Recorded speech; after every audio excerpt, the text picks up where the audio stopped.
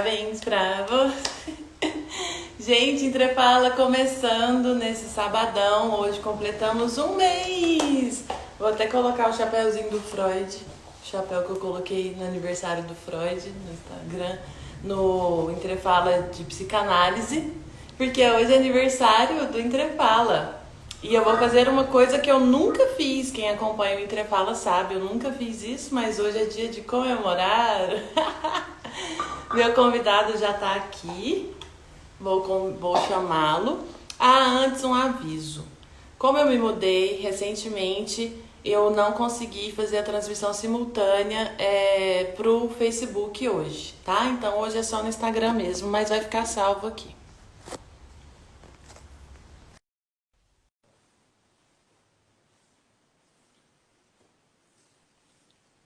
Olá! Olá! Tá bom assim? Tá. Tá E aí? lindo, como sempre. Obrigado. Você também, Mari, você também. Gente, esse é o Thiago Zacopé. Eu. Ele é historiador, comunicador. Acho que muita gente conhece ele da Rádio Interativa, tá lá toda semana. Ele é um grandíssimo amigo desde a época do ensino fundamental no Externato São José. Não vou ficar falando muito, porque senão eu me emociono. E É. ele foi o grande inspirador para isso tudo que está acontecendo do Entrefala. Foi a partir de uma conversa com ele, madrugada adentro, durante horas, como são nossas conversas normais. É verdade. Ele me falou exatamente sobre esse tema que nós vamos falar hoje. A gente começou fazendo fofoca, falando da vida dos outros, porque é isso que a gente faz também. Também. E aí a gente terminou a conversa falando sobre militarismo na América Latina. Eu falei, cara, isso foi uma aula. Mais gente devia ver isso. E aí surgiu a ideia do Entrefala. Ele foi o primeiro convidado. Não quis, mas essas coincidências que acontecem no Entrefala, né? Várias outras que já aconteceram. Ele está aqui no dia que a gente completa um mês. Então, muito obrigada, Thiago. Eu já te apresentei, agora eu queria que você se apresentasse para a galera. Bom, meu nome é Thiago Zancopé, tenho 32 anos e um dos primeiros contatos que eu tive com a Mari foi por conta de uma expulsão na festa junina do Externato, em que eu argumentei que eu não podia ser retirado da festa porque eu era ex-aluno e pedi para a Mari fazer uma carta e ela mandou na época para a diretora falando da maneira arbitrária que a gente foi expulso da festa só porque a gente estava de preto, que a gente era todo mundo meio que punk, roqueiro, aquela coisa, mas muito mais fã de banda do que qualquer outra ideologia no momento, e a gente foi retirado. Igual a Mari falou, essa conversa surgiu na madrugada, a gente falando de militarismo. E eu falando para a Mari, insistindo, existe um paralelo muito grande entre o Hugo Chávez e o Jair Bolsonaro. E as pessoas não querem ou assumir, ou ver, ou então ligar o tico e o teco e fazer sentido. Então, vamos falar disso. Eu trabalhei com esse tema do militarismo na graduação. No militarismo, não. Eu trabalhei com o Hugo Chávez na graduação e no mestrado e iniciei o doutorado, mas eu não terminei o doutorado. O doutorado, por conta da situação econômica e tudo mais, eu tive que parar. Eu parei no doutorado e afirmo, não tenho medo, já jogaram isso na minha cara, para mim não tem problema. Eu fui jubilado do doutorado, eu fui desligado do programa porque eu não entreguei nada. E, de fato, quando eu tinha que começar a entregar a escrita da dissertação, foi quando eu tive que trabalhar com política e tive que deixar isso de lado. Então, as pessoas falam disso para mim com tanta naturalidade. Você parou do doutorado? Não, eu não parei. Eu parei e fui expulso depois. Então, tranquilo. Tiago, inspirado Ah. nas álcool lives que você e o Morgantini e o Julinho tá aqui assistindo Eu já. vi, eu vi. Pela primeira vez eu vou fazer o Entrefala bebendo, porque hoje é dia de comemoração de um mês de Entrefala. Tá Tiago, eu certíssimo. queria te dizer que aqui é uma conversa entre nós, quer dizer, Uhum. mais ou menos, a gente não pode revelar todas as nossas conversas, porque senão, né? Óbvio. Vai dar problema nesse horário. Nesse horário dá Não é problema. problema. Mas é uma conversa entre nós, e eu queria começar te perguntando exatamente sobre isso que você já começou a falar. O que foi a sua pesquisa, a sua dissertação de mestrado? Tá. Existe uma coisa muito legal nas universidades, que é PIBIC, Programa de Bolsa de Iniciação Científica. O PIBIC, o meu, entrou como uma pesquisa dentro de um guarda-chuva que era coordenado pela Libertar. o projeto, quem escreveu, e eu vou dar todo o crédito para ela, foi a Érica, que foi colega nossa de graduação, a Eriquinha, que trabalhou na Ampu. A Érica é a CEPBIC da Libertal e a CEPVIC. O meu PIVIC era sobre México. Como a Érica teve um probleminha na inscrição, acabou que caiu o PIBIC dela para mim. Quando caiu com esse tema. As comemorações do bicentenário de independência da América Hispânica, observando o caso venezuelano entre Hugo Chávez e Simão Bolívar.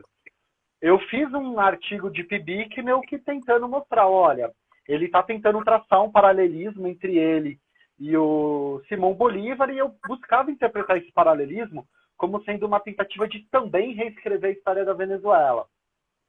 Isso foi algo que eu identifiquei de maneira mais tímida e tal, não tinha tanta capacidade para apreender. Um artigo do PIBIC, muitas vezes, é muito mais para você situar o tema, o objeto. Você faz algumas afirmações, mas não se arrisca muito. No mestrado, eu já tinha uma ideia de que, para eu aprofundar nessa perspectiva de ressignificação de símbolos históricos por parte do Hugo Chávez, eu teria que, de alguma maneira, avançar nos discursos dele. Quando eu apresentei o projeto, meu projeto foi detonado. O Haiti não gostou, a Libertar gostava médio, o Eugênio não gostou, o Cristiano falou que aquilo não servia para nada. E aí, durante o mestrado... Desculpa, Mari, que eu acabei te cortando, Fábio. Não, eu falei que é típico enfim, de alguém que você comentou, mas vamos deixar. Gente, só uma coisa, eu e o Thiago fizemos graduação juntos também. Além Exato. de estar junto no externado, fizemos graduação juntos. A Paulinha que está me chamando de papaiuro, tu sabe, do tanto que eu não gostava de nenhuma aula no Visão, a não ser de história. Mas, enfim, não ao mestrado, eu comecei a ver que eu teria que entender melhor o que é esse culto ao Bolívar. E via que muitas pessoas escreviam sobre isso, mas eu não conseguia identificar qual era o meu objeto. Eu só entendi meu objeto a partir de um texto do Koselleck acerca da história dos conceitos, que está no Futuro Passado, e aí eu comecei a perceber que, na verdade, o conceito que organizava a perspectiva do Hugo Chávez era o conceito de bolivarianismo. Aí você fala, nossa, mas isso é óbvio. Não é tão óbvio quanto parece. A disputa pelo conceito de bolivarianismo é uma disputa de uma longa duração. Então eu pensei, a partir da ideia da história dos conceitos, que é uma ideia do Koselleck, história intelectual, história das ideias, pensar o que seria esse conceito do bolivarianismo, dialogando com historiadores venezuelanos, o Germán Carreira Damas, Elias Piniturieta, Luiz Castro Leiva, a Ana Teresa Torres, que é ensaísta. Eu peguei toda essa galera e comecei a discutir o que é que o Hugo Chávez, então, produzia sobre bolivarianismo. E aí que foi interessante. O que eu achei de sacada, que é genial do Hugo Chávez? Ele pega esse conceito de bolivarianismo e meio que faz uma atualização dele com ideias que apareceram na América Latina a partir da década de 60 e 70. Isso é novo. O conceito nunca tinha sido levado para esse lado. Aí, quando eu vi isso, eu falei, pô, isso é legal. Aí eu escrevi, na verdade, no mestrado, acerca de como essas ideias dialogam com uma outra, que é de refundação da nação. Que é aí que eu achei o barato. O que o Hugo Chávez fez? E isso a gente tem que falar depois do Bolsonaro. O Chávez, ele sabia que no sistema político em que ele estava entrando, como ele estava falando de um sistema carcomido, de uma democracia que não produzia mais nenhum resultado efetivo, esse sistema teria que ser refundado. E nessa ideia de refundar a nação, ele lança a mão de um novo pacto nacional, de novas bases entre os poderes e de uma nova narrativa histórica. E é sobre esse último tema que eu estava focando no meu doutorado. O que era, então, essa nova base dessa narrativa histórica para o Hugo Chávez? Então, em linhas gerais, resumindo, o meu mestrado foi sobre justamente tentar compreender essa ideia de refundação da nação, que é comum na Venezuela, com o apoio do discurso bolivariano, do Chávez. Uau! É. Uau! Nossa, nada como um historiador de verdade para falar com a gente, né? Porque eu sou historiadora, eu já falei isso no entrefalo do sábado passado com a Natália Rastelo. Falei, grande amiga. Meu doutorado em história é só um papel, porque quando eu entrevisto vocês, eu fico assim, meu Deus. Eu só lembrava desse texto do Koselleck. Mas enfim. Thiago, eu queria te perguntar, óbvio que eu já sei um pouco, mas para você contar para a gente também, contar para quem está nos assistindo, como foi sua experiência na Venezuela? Você passou um tempo para fazer essa pesquisa do mestrado. Eu queria que você contasse para a gente como é que foi estar lá. Pô, bem legal, Mari. Essa pergunta é... Bom, eu até separei Eu imaginei que você fosse perguntar isso. Eu separei uma das últimas lembranças que sobraram da viagem, que é esse bilhete de 5 bolívares, que não vale mais nada. Isso, o valor disso daqui hoje, na Venezuela e aqui no Brasil, é 0,0001 centavos. Bom, eu fui para a Venezuela com o apoio dos meus pais, né? Tentei o caminho institucional e a gente esbarra muito no caminho institucional nas dificuldades de uma universidade não conversa com a outra, não há o programa de cooperação, não há o convênio. Diante desses impasses, a minha mãe tinha uma amiga venezuelana, eu entrei em contato com ela e falei, olha, eu preciso ir para pesquisar e tal. A minha ideia era fazer uma pesquisa muito maior do que eu fiz. O que acabou sendo restrita a minha pesquisa na Venezuela? Primeiro, quando eu cheguei, o voo foi um voo, assim, era Goiânia, São Paulo, Caracas, Caracas ia para alguma ilha do Caribe, e todo mundo ia para essa ilha e 10 pessoas no voo iam parar em Caracas. Cheguei em Caracas, pessoal fortemente armado, já em 2011, nos aeroportos, perguntaram o motivo da minha viagem. O motivo da minha viagem é turismo, não ia falar que é pesquisa, porque eu não tinha nenhum papel referendando isso, é turismo. Cheguei na casa da Maria, que foi essa mãe venezuelana, como eu chamo. A Maria me recebeu muitíssimo bem e eu descobri, então, como Caracas é tão desigual ou mais que São Paulo, Rio, qualquer grande metrópole sul-americana. Só que Caracas, ela tem uma forte presença de uma ideia de modernismo da década de 50, 60 e 70. Então, Caracas, por conta dessa questão da Venezuela Saudita, de muita exploração do petróleo e tudo mais, a Caracas é pensada para automóvel. Então, assim, o combustível na Venezuela, quando eu fui para lá, você abastecia com uma gasolina de altíssima qualidade por 25 a 50 centavos de real. Era o valor na época, que você era o litro do combustível. Era de 25 a 50 centavos. Nas minhas contas da época davam nessa margem. Não são contas assim perfeitas, mas com a ajuda de um amigo fazer economia, ele falou, velho, é mais ou menos isso. Dá o litro de 25 a 50 centavos. Beleza. Eu, então, morando lá, comecei a fazer pesquisa mais de gabinete. Como? Fui em várias livrarias e tudo que eu encontrava, eu comprava. E eu consegui uma vez na UCV. A Universidade Central da Venezuela é extremamente linda. O campus é tombado pelo patrimônio histórico. E lá, tudo aquilo que eu não tinha encontrado nas livrarias, eu encontrei lá. Só que lá o sistema da biblioteca ainda é analógico. Ou seja, você faz uma ficha, você preenche o livro que você quer e aí o cara te entrega. Você não tem aquela consulta igual na biblioteca da FG, por exemplo. Você vai e pega o livro. Quem pega é o bibliotecário. Eu achava aquilo completamente assim, distante da minha realidade. Fui também no campus da Católica de Caracas, que é a UCAB, né? Que chama Universidade Católica Andrés Bello. Todo mundo fala meio que Católica de Caracas, porque é uma grande faculdade particular lá. Tive com o Tomás Straca, conversei com o Elias Pinito-Ieta, 2 historiadores venezuelanos. Aquela coisa, oi, meu nome é Thiago, eu queria conversar com vocês sobre Venezuela. E os caras, porra, de onde você surgiu? E aquela coisa, querendo entender o que é o bolivarianismo, o que é o chavismo, o que é e tal.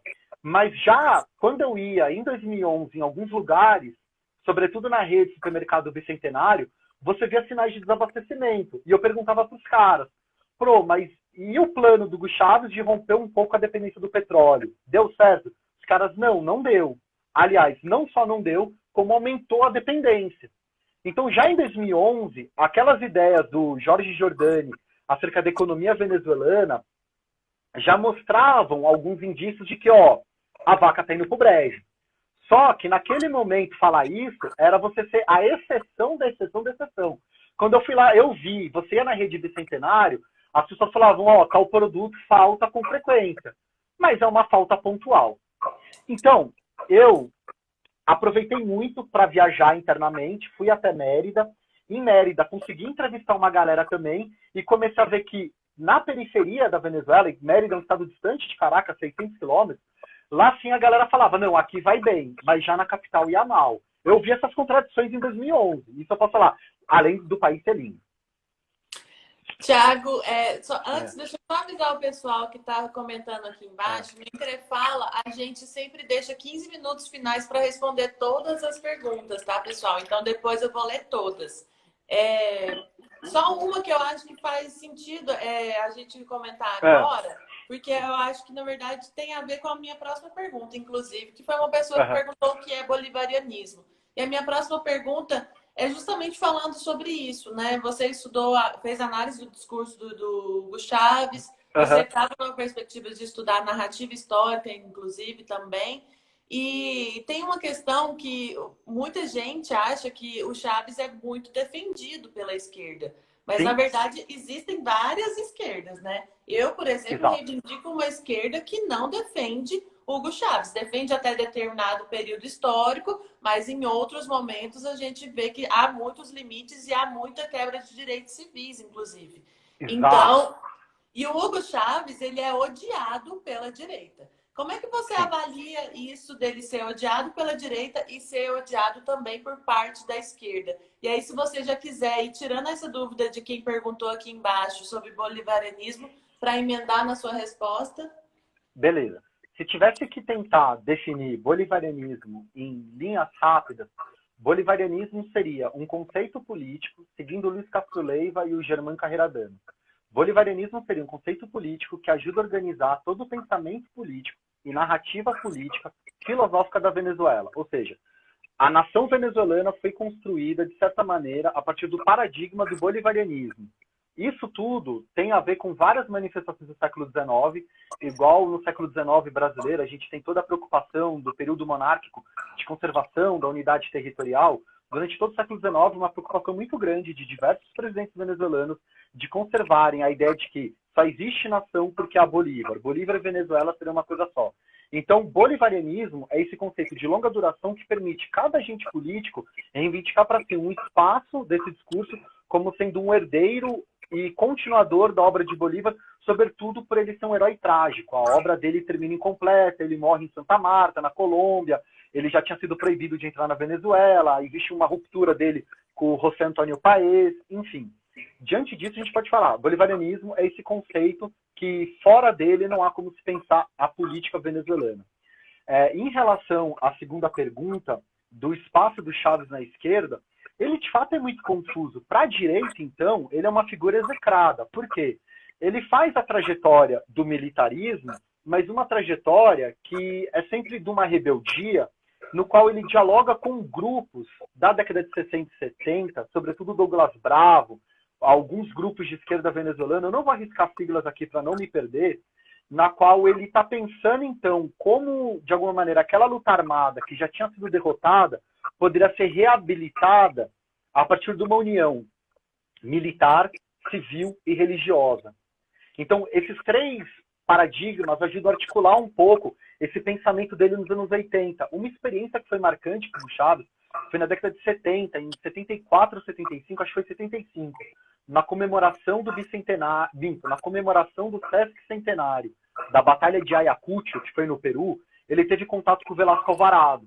E lá, ele olhando aquela experiência peruana, aqui está um bom livro para sintetizar isso, a Revolução Peruana, ele meio que falou, cara, esses caras encontraram uma coisa muito legal. É uma revolução nacional, é uma revolução desenvolvimentista e é uma revolução com certo viés socialista, de reforma agrária, de repactuar o eixo nacional. Aquilo meio que seduz ele, começa a formar um pensamento. Só que aí, isso é a única coisa que ficou na cabeça dele. O Chaves, e aqui, Mário, eu até faço questão de mostrar, essa era a minha fonte do doutorado. Essa com essa. Eram as duas coisas que eu ia pro doutorado, vou até tampar. Esse livro e esse livro eram meio que os guias do meu doutorado. O Passa a Chaves, ele referência não... para a gente ler. Passo, passo. Um é o primeiro livro do Inácio Ramonet, chama Hugo Chávez, Minha Primeira Vida, uma entrevista autobiográfica. A outra é uma entrevista autobiográfica, também, com Agustín Blanco Munhoz. Existe uma diferença de 10 anos do primeiro depoimento para o segundo, para duas fontes distintas. O que é importante pontuar é, Chaves não leu Marx. Falar de Chaves como um leitor de marxismo é equivocado. Em vários documentos, em vários discursos, em vários pronunciamentos, ele tem total dificuldade de explicar ideias de Marx. Ele não sabe, ele não leu. Eu falo, eu não li Marx em profundidade. O que eu sei de Marx é a superfície da superfície da superfície. O Chaves talvez saiba o mesmo tanto que eu. Ele não é especialista em Marx, não conhece o pensamento marxista. Ah, então ele leu Gramsci. Não, ele não leu Gramsci. Ele leu Plekhanov. Ele lê o papel do indivíduo na história. O Hugo Chávez ele tem uma visão de que o papel do indivíduo, naquela visão do Plekhanov, daquele marxismo-positivismo, é determinante. Ele não tem a visão de um processo histórico de, vamos supor assim, luta de classes. Ele não saberia explicar uma ideia de luta de classes, ele não saberia explicar uma ideia de mais-valia. Nesse sentido, para a parte da esquerda colocar o Hugo Chávez num pedestal, muito me incomoda.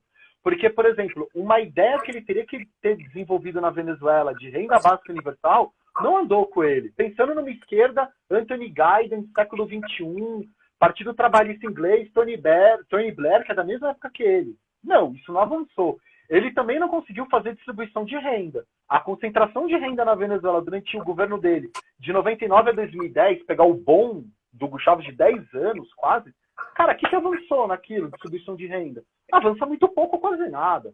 Então, peraí, cadê a base desse socialismo que as pessoas tanto veem que eu não conseguia ver? O que eu vejo são bases de um projeto militarista. Ponto. Me lembrou um pouco de um outro líder aqui do Brasil que também nunca leu Marx e se orgulha disso e é o maior líder operário da América Latina, né? Mas, enfim, não é o nosso assunto. Tiago, eu queria, então, finalmente te fazer a pergunta que você citou desde o começo, que inspirou o Entrefala e que a gente conversou naquela madrugada há mais de um mês atrás. Qual é, de fato, a comparação entre Hugo Chávez e Bolsonaro? Porque você ousa dizer isso. Cara, eu ouso e falo. Para muitos é uma ousadia. Eu falo sem medo de ser feliz. A aproximação entre ambos se dá, sobretudo, por conta desse momento de transição dos anos 80 na América Latina. E você trabalhou um pouco com isso no mestrado, Mário. Você sabe quando os anos 80 é uma das décadas mais desprivilegiadas de análise da América Latina e precisa ser urgentemente habilitada. Por quê? É nesse momento de transição que tanto o Hugo Chávez como o Bolsonaro meio que se encontram no pensamento deles. O que eu quero dizer com isso? Vamos pegar alguns dados biográficos. O Chávez nasce em 54, o Bolsonaro em 55. O Chávez entra para o exército em 71, o Bolsonaro entra em 73. O Chávez forma-se militar em 75, o Bolsonaro forma-se em 77. Existe uma espécie de paralelo entre as trajetórias biográficas.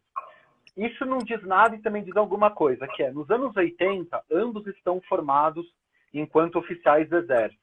O Hugo Chávez participou de um programa nacional venezuelano chamado Plano Andrés Bello, que visava a formação de militares em relação ao ensino superior para suprir um pouco dessa falta. O Bolsonaro entra para Agulhas Negras, também sai oficial. Ambos se encontram nisso. Só que nesses anos 80, ambos meio que vem a crise daquele modelo do nacional-desenvolvimentismo. Hugo Chávez essa crise pela perspectiva civil. A Venezuela, desde 58, tinha eleições alternadas, enquanto que o Brasil, em 85, né, vamos supor, está vivendo o primeiro governo civil ali com Sarney, mas até então o Brasil tinha aquela ditadura militar horrenda, que produz talvez uma década perdida economicamente. A gente sabe o quanto que isso, de alguma maneira, produziu um terrível legado urbano, social, educacional, sanitário. O legado que a ditadura deixa no Brasil é péssimo. E o Hugo Chávez está vendo parte desse legado de frangalhos na Venezuela. Ambos começam nos anos 80 a meio que tentar entender nessa mudança de nacional-desenvolvimentismo para neoliberalismo, onde se situar. E ambos escolhem se situar numa reabilitação desse nacional-desenvolvimentismo. Falar para mim que o Jair Bolsonaro, que deu entrevista para o Jô Soares, falando que o Fernando Henrique teria que ser fuzilado porque vendeu a Vale, é o mesmo Jair Bolsonaro que é agora neoliberal, não me convence essa conversão dele para o discurso neoliberal é uma conversão, para mim, de aparência. Ele tenta dar uma verniz para algo que ele não é, porque não é isso que formou o pensamento dele. Da mesma maneira, o Hugo Chávez, ele falava, cara, a gente tem que pegar a PDVSA e fazer ela um instrumento nacional. E a PDVSA tem que cumprir um papel de Estado. Ou seja, o Hugo Chávez ele não está pensando em uma rede de privatização que desse conta, então, de produzir um capitalismo 2, 3.0, de alguma maneira aproximando isso da experiência chilena. Ele está pensando, não, o Estado tem que ser mais competente, administrar o bem público com mais eficiência. Nesse ponto de vista econômico, os dois se assemelham, mas, sobretudo, na ideia do o militar tem que se fazer povo. E quando o militar se faz povo, existe uma espécie de transferência da pessoa ver no militar aquilo que ele queria ser.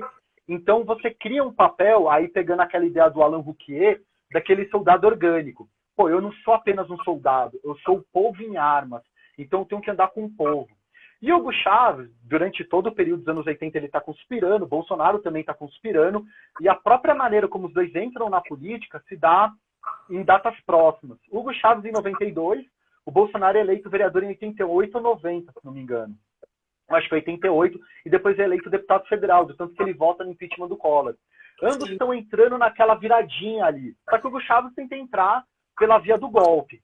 E quando o Hugo Chávez entra pela via do golpe, que é o 4 de fevereiro e tudo mais, não dá certo, já começa ali uma espécie de transferência messiânica. Eu trouxe aqui, Mari, que eu queria falar disso, nessa outra autobiografia que foi feita, Chaves Nuestro, tem um documento que é legal, que vale a pena ler se você permitir, que é Oração ao Chaves Nosso. Ele ganhou uma oração em 92. Pouca gente conhece essa oração. Isso aqui eu achei num sebo em Caracas, e o livro não tem muita coisa de interessante, a não ser essa página. Você compra um livro por causa de uma página, Oração ao Chaves Nosso. Aqui. Eu comprei um livro por causa de uma página. E a oração diz assim, Chaves Nosso que está na cárcere, santificado seja seu golpe. Venha vingar a nós, o povo. Seja feita a sua vontade, a da Venezuela e a do seu exército.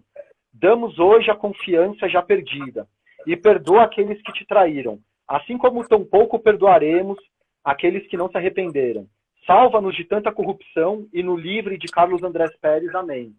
Essa espécie de transferência que começou com o Chaves, a gente vê no Bolsonaro com a ideia de onde ele passa mito, mito, mito. E esses caras alimentam isso.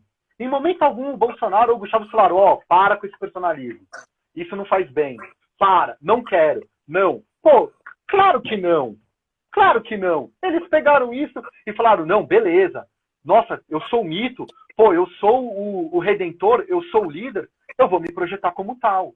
E é justamente nessa crise que eles vêm dos civis, de não quererem, de alguma maneira, reproduzir essa ideia desse culto à personalidade, que não compactua com uma ideia democrática. Você está numa democracia, você está fazendo culto à personalidade, você acredita na democracia errada, meu amigo. Na democracia você desaparece na multidão. Você não tem que se destacar. Mas, concluindo, para eu não perder a estribeira. Nesse caso, ambos estão ali. Perder a estribeira é ótimo. Eles estão ali. O mesmo pensamento que formou um, formou outro. O que escolheu cada um foi um caminho, da esquerda e da direita. A única coisa que mudou. Eu tô chocada e eu tô vendo que tem muita gente chocada aqui também falando, meu Deus, o que é isso, essa oração? Nossa, enfim. Tiago, eu queria te perguntar, porque o nosso tema, na verdade, é militarismo na América Latina, óbvio que a gente está fazendo uma análise comparada entre Venezuela e Brasil, pelo seu tema de estudo, e muita gente está comentando que você sabe tudo de Venezuela, e sabe mesmo. Tá vendo por que o Entrefala foi inspirado nessa conversa, gente? Não dá, olha isso.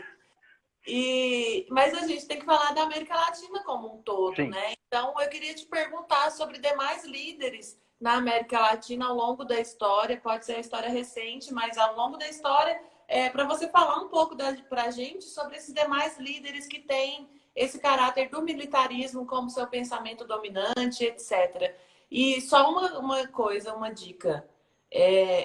Eu acho que isso rende um ótimo artigo, viu?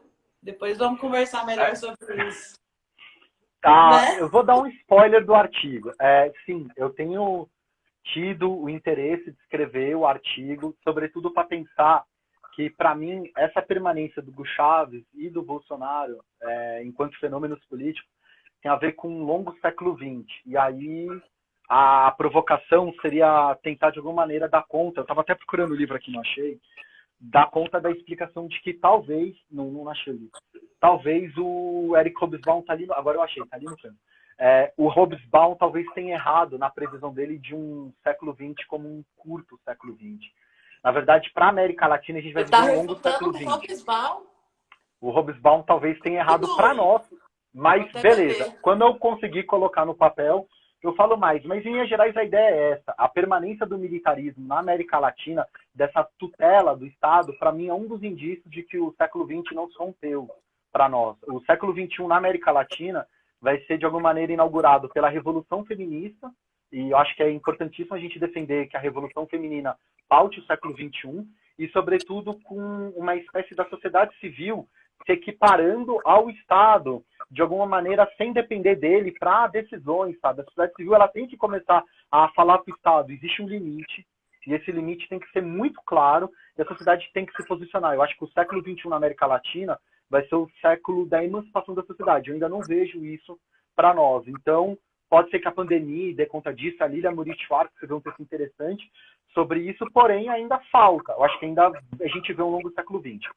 Em relação a líderes militares que valem a pena darem uma pesquisada, eu cito um Velasco Alvarado, um cara... Eu vou fugir do Cone Sul. Eu vou dar uma fuga do Cone Sul. Eu acho que o Velasco Alvarado vale muito a pena ser observado, no caso peruano. O Marco Sorilha estudou muito os peruanos, é o professor da Unesp. O Marco Sorilha é um cara lindo, genial, bacana, super atencioso de todo mundo que o procura. Eu conheci no evento da Amplac, aqui em Goiânia, ainda em 2010. Vale muito a pena ser lido.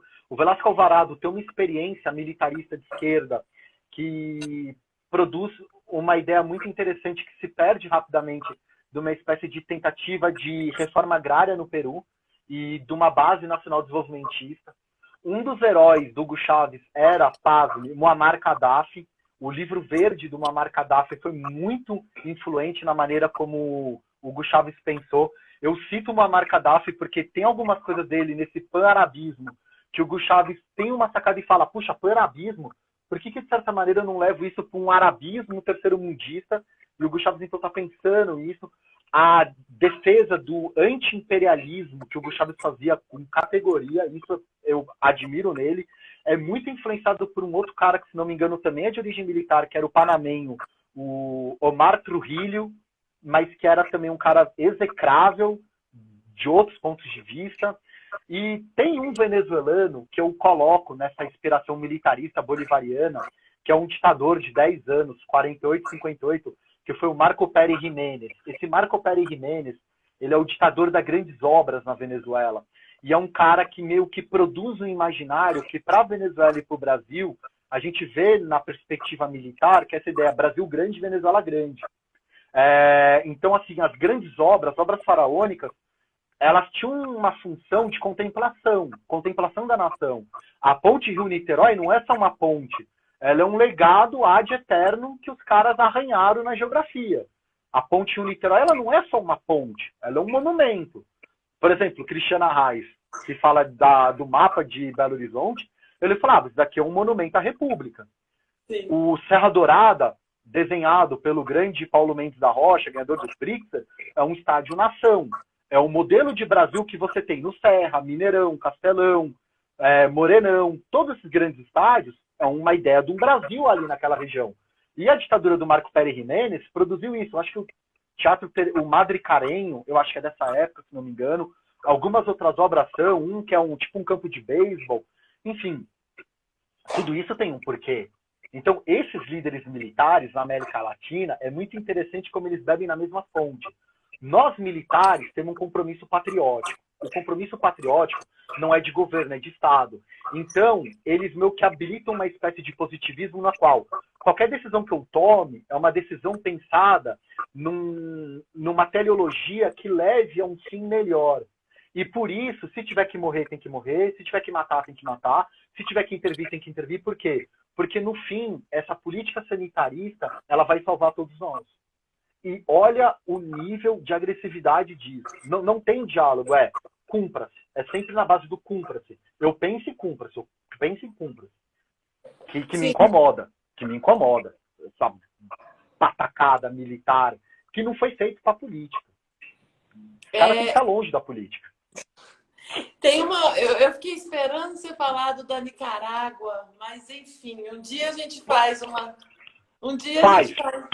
Um dia a gente faz uma Sobre a live família. ou a gente conversa entre nós nesse paralelo entre Nicarágua e Venezuela, porque na Nicarágua também teve a princípio uma coisa de que ele é de esquerda. Eu que estive lá, todo mundo fala que lá é de esquerda, inclusive eu quase fui expulsa de lá porque eu critiquei o governo no dentro de um sindicato. Eu não sabia que sindicato era governista, mas enfim, Sim, um dia a gente fala sobre esse paralelo entre Nicarágua e Venezuela também. Eu queria desafiado o comentar. paralelo. Desculpa, Mari, só rapidinho. Desafiado esse paralelo, porque eu manjo pouco de Nicarágua e até vai servir para estudar o assunto. A única coisa que eu sei de Nicarágua é aquele CD do Sacred Reich, Surf Nicarágua. Só conheço isso. Mas Tem vai. tem o do Clash também, do Sandinistas, Sandinista. baita álbum. E aí eu queria só colocar para a galera que você falou sobre diversas obras arquitetônicas.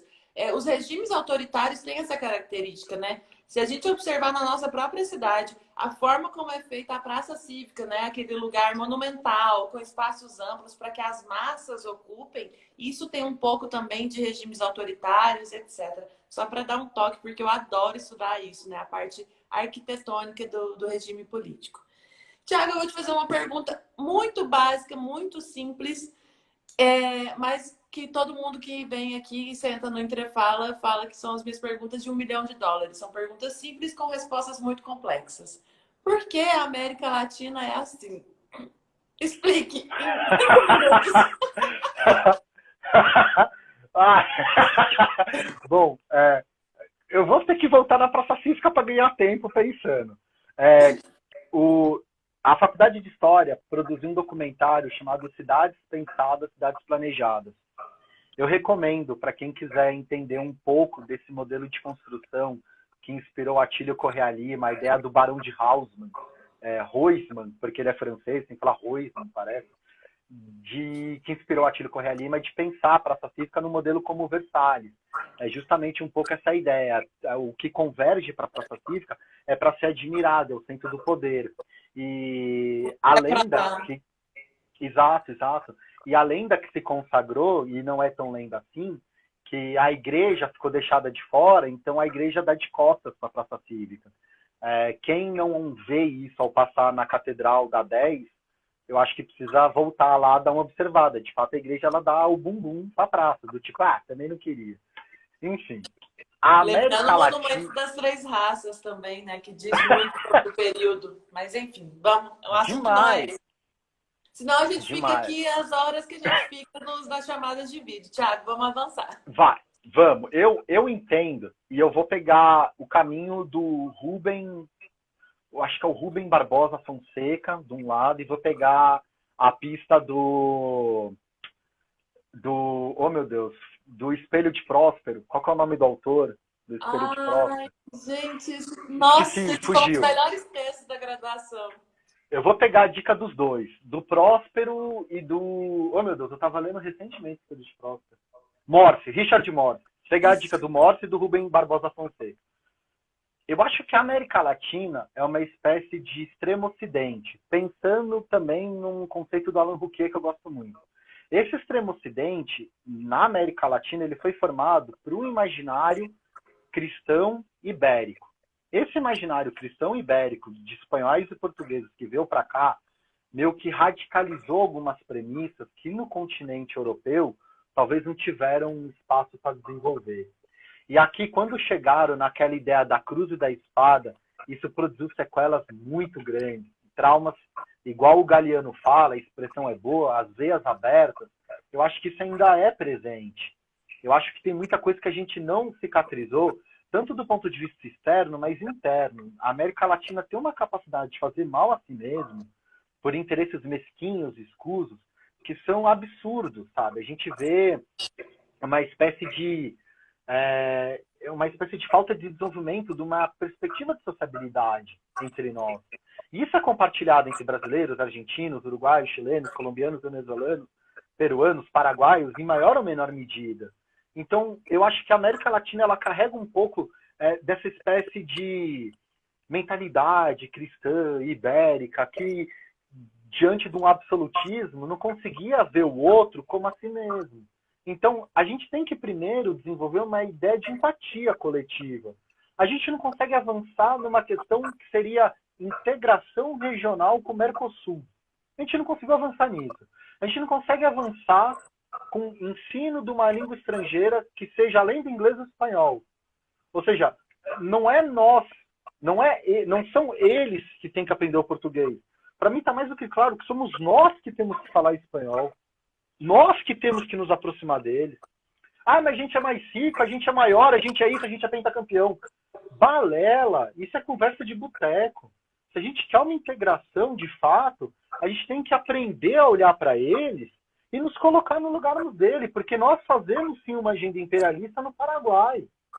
Ou a família Bolsonaro não foi chantagear o presidente paraguaio no acordo agora da Itaipu. Foi chantagear com o interesse nacional debaixo do braço. Então, pô, tá claro que para a gente começar a conversar como um todo a região, e também do ponto de vista micro, em Goiânia, por exemplo, a gente tem que desenvolver uma base de empatia.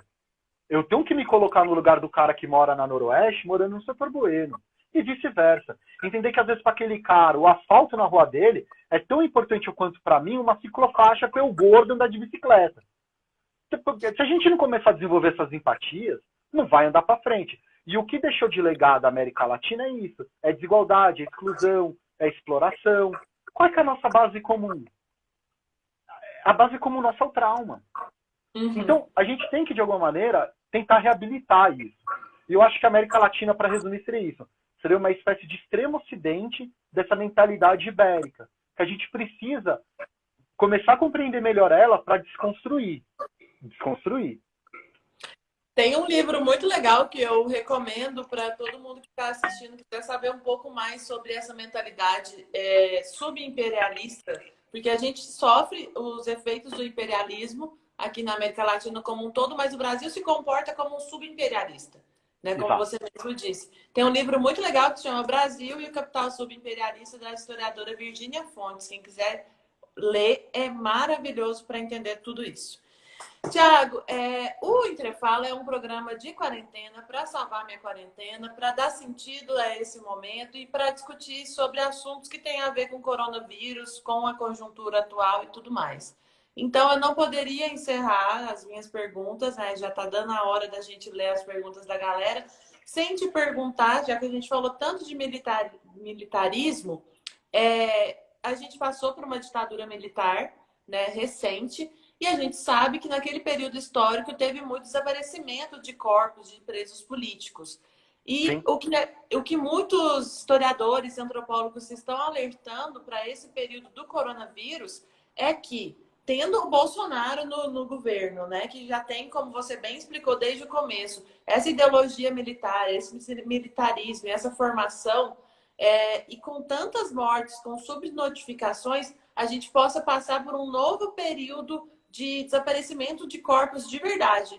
Você concorda com essa afirmação? E eu queria que você comentasse um pouco sobre isso também, para a gente trazer um pouco esse debate para o coronavírus, né? Inclusive no textinho que eu fiz divulgando na sua live, eu falei o que militarismo na América Latina tem a ver com coronavírus.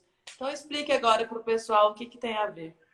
Não, Mari, eu falo com preocupação sobre isso, porque vamos pegar um dos maiores documentários ou filmes nacionais feitos nos últimos anos. Pega o Oswaldão, que fala sobre a guerrilha do Araguaia. O Oswaldão que esteve lá, morreu e etc.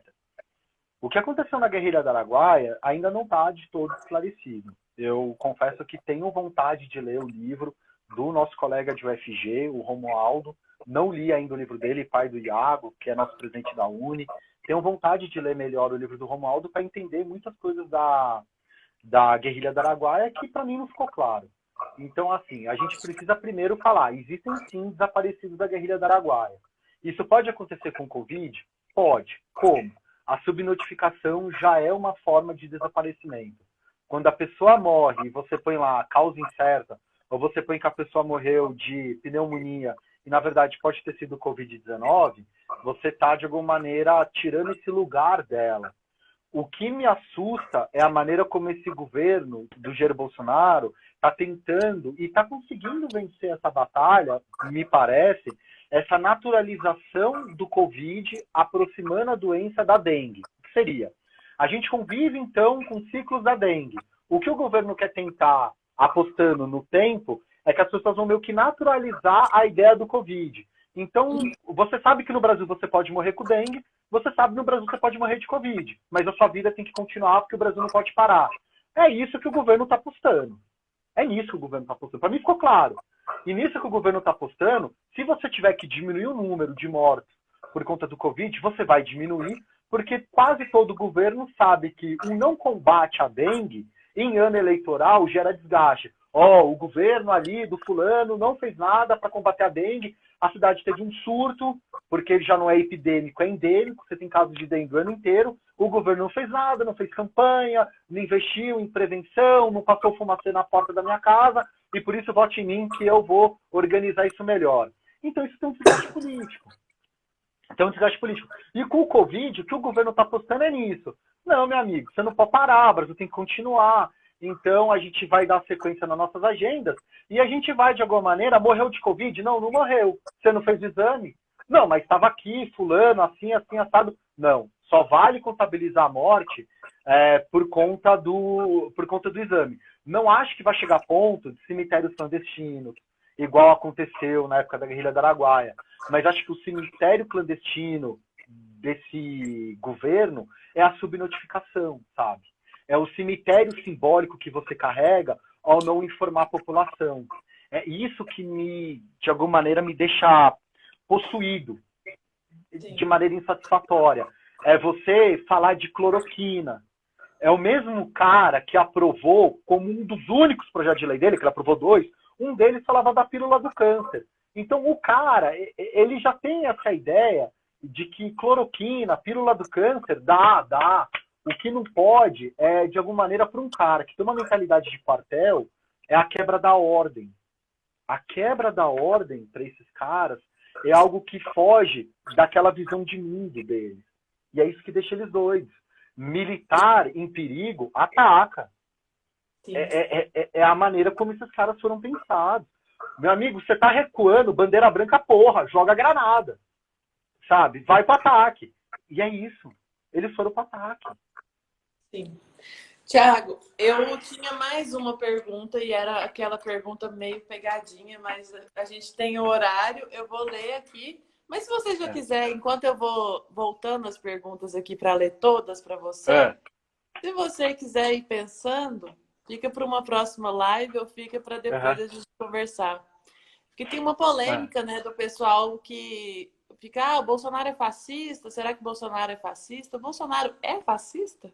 Se quiser ir responder. Né? Vou responder, sem dúvida. O fascismo do... Bom, vale a pena dar esse dado histórico. O bolivarianismo... É porque conceitualmente a gente sabe que tem uma polêmica aí sobre o que é fascismo, né? A gente não pode correr o risco de uma anacronia. Tá, beleza. Eu concordo que... acho que é o Antonio Negri, não é? Não, eu acho que é o marxista italiano Antonio Negri. Sim. Eu acho que é o Negri que fala que a gente se perde. Abração, Tião. Tião trabalhou comigo uma época, um dos caras mais formidáveis que eu conheci. Já pediu 3 vezes abraço aí. O Antonio Negri, eu acho que ele é um dos caras que fala que a gente está banalizando a ideia do fascismo. Ele tem razão. Nós estamos. Sim, eu assumo essa minha culpa. Mas o governo Jair Bolsonaro, quando eu penso nele com um viés fascista, eu penso sobretudo nessa ideia de existe uma espécie de assimetria entre as vidas. As vidas de um valem mais, as vidas de outros valem menos, e numa espécie de fascismo no qual você segrega, então, por de alguma maneira, as oportunidades, sabe? E nessa maneira de segregar as oportunidades, nem todos podem ter acesso, porque você tem que ter aqueles que são os escolhidos. Acho que falta ainda muita coisa para o Bolsonaro ganhar a chancela. Ok, você está no rol dos fascistas, mas ele está se esforçando para caminhar para isso. Ele está se esforçando. Sobretudo nessa política de vidas valem mais que outras, isso para mim é uma característica muito grande. O culto aos símbolos patrióticos. Não acho que o Bolsonaro tenha uma perspectiva de uma narrativa histórica que seja pensada ou pautada por uma reorganização da narrativa nacional. Ele tem um discurso revisionista, isso está claro. quando ele fala que não houve ditadura, ele vai na tese do Marco Antônio Villa. Ditadura seria Costa e Silva e Médici. O resto foi regime de exceção. Qual seria essa exceção? Você não vota para presidente. Isso é o revisionismo que levou da ditadura para aquilo que nós vemos como algo terrível, para como sendo, não, durou 4, 5 aninhos, não tem que reclamar, não. Esse tipo de revisionismo é algo que inspira o Bolsonaro.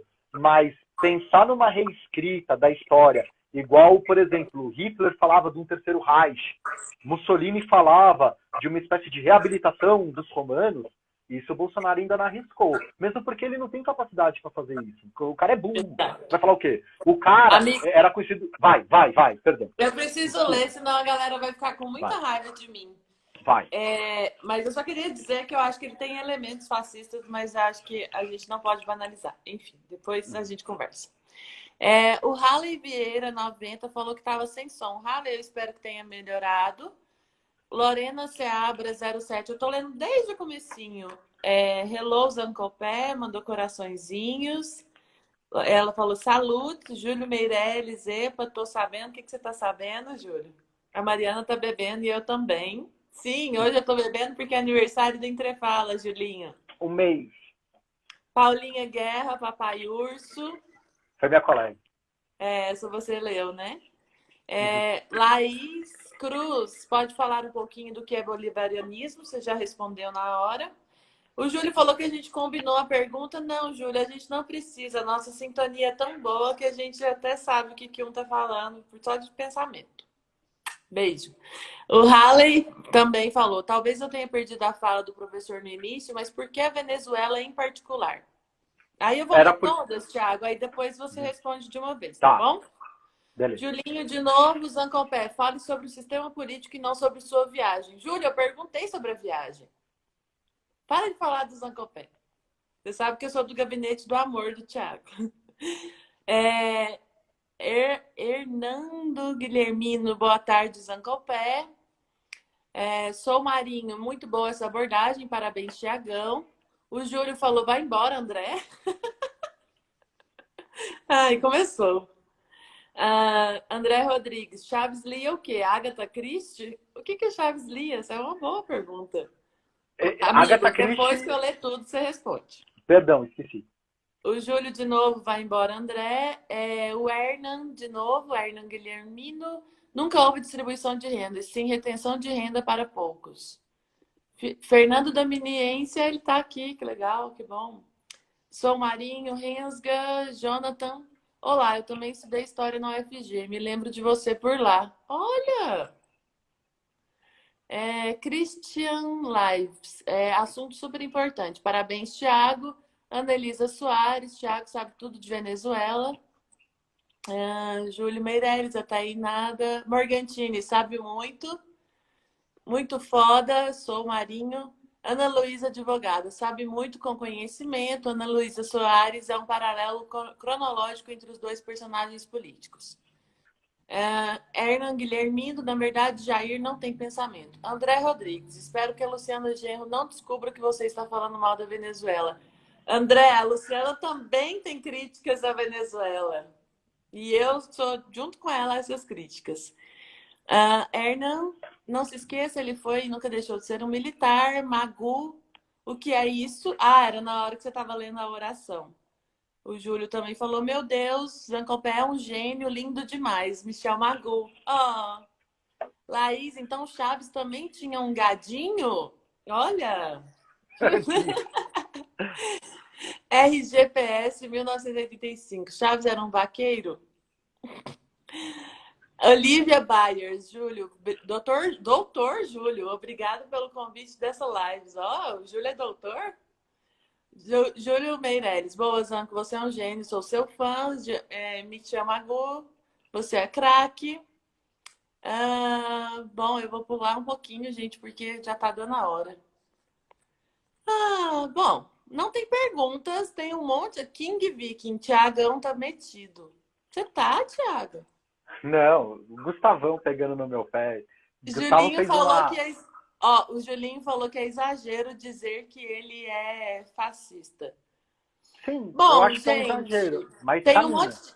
Tem um monte de gente aqui pedindo para abrir outra live. Talvez a gente faça essa exceção. Eu nunca fiz isso no Entrefala, mas talvez a gente abra essa exceção porque é para o Thiago pode tudo.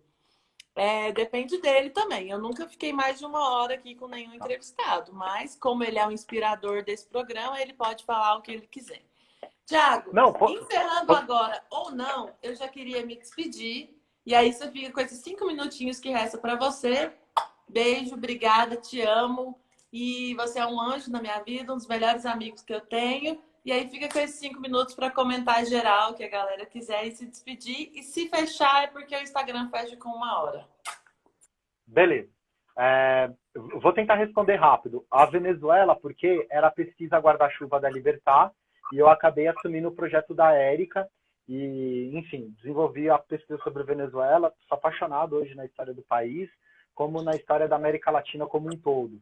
Ainda quero fazer, se Deus quiser, quando eu voltar para a universidade, outras pesquisas sobre a América Latina, sobretudo sobre futebol e América Latina. Eu quero muito avançar num tema que eu gosto, e cinema e América Latina. Bom, então Venezuela seria por conta disso. O André perguntou se o Chaves leu Agatha Christie. Não, ele nunca, nos que eu li dele, nunca citou Agatha Christie. Ele lia muito histórias, de alguma maneira, da Venezuela. Uma das histórias que ele gostava muito de citar, e era mais história oral, era de um personagem da Guerra Federal chamado Mais Santa, que supostamente teria algum parentesco com o Hugo Chávez, porque ele ouvia da avó dele falar que talvez a bisavó dele tivesse tido um filho com esse Mais Santa. Então ele gostava de buscar um pouco essa herência, não? Essa herança histórica, enfim, do século XIX para si. E o Mais Santa supostamente lutou ao lado do Ezequiel Zamorra. E o Ezequiel Zamorra era um cara que durante a Guerra Federal falava muito sobre morte e oligarquia. Então o Chaves meio que buscava essa conexão.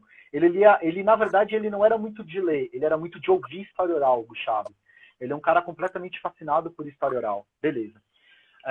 Em relação eu vi que a Esté perguntou sobre Chaves, Hitler e Bolsonaro. Cara, eu não vou no paralelo do Hitler, mas acho que Chaves e Bolsonaro, sim. Não chego nesse paralelo do Hitler. Acho que a questão do Hitler vai por outros caminhos que não dá, porque a gente perde a comparação. Mas entre Chaves e Bolsonaro existem paralelos muito claros? Sim, existem. Para mim isso está claro. Sobretudo, falando um pouco mais sobre isso, nessa ideia de eu sou o povo, e o povo é Bolsonaro. O Chaves falava muito, Chaves não é um, Chaves somos todos. Se vocês são eu sou vocês. E isso cria uma força coletiva. Então, igual o Marinho perguntou, que é professor de geografia de ensino médio, um cara muito legal, bom interlocutor. Chaves tinha salgadinho? Sim. Existe uma produção da revista de Harvard, chama Revista, na qual o pessoal fotografou uma manifestação chavista, e você vê aquele pessoal aficionado pelo Chaves, que, de alguma maneira, assim, transfere tudo que tem de si no outro, né? 2 minutos, só te avisando. Então, beleza. Então, concluindo, seria isso. Respondendo essas perguntas. Não acho que cabe uma comparação com o Hitler. Acho que sim, Chaves também tinha seu gado. E me incomoda esse tipo de liderança. Esse tipo de liderança, para mim, não serve para momentos democráticos.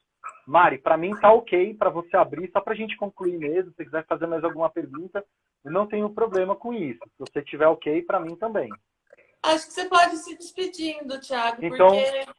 eu agradeço, obrigado. Surgiu numa conversa de madrugada, que foi até 4 horas da manhã dentro, a gente falando disso.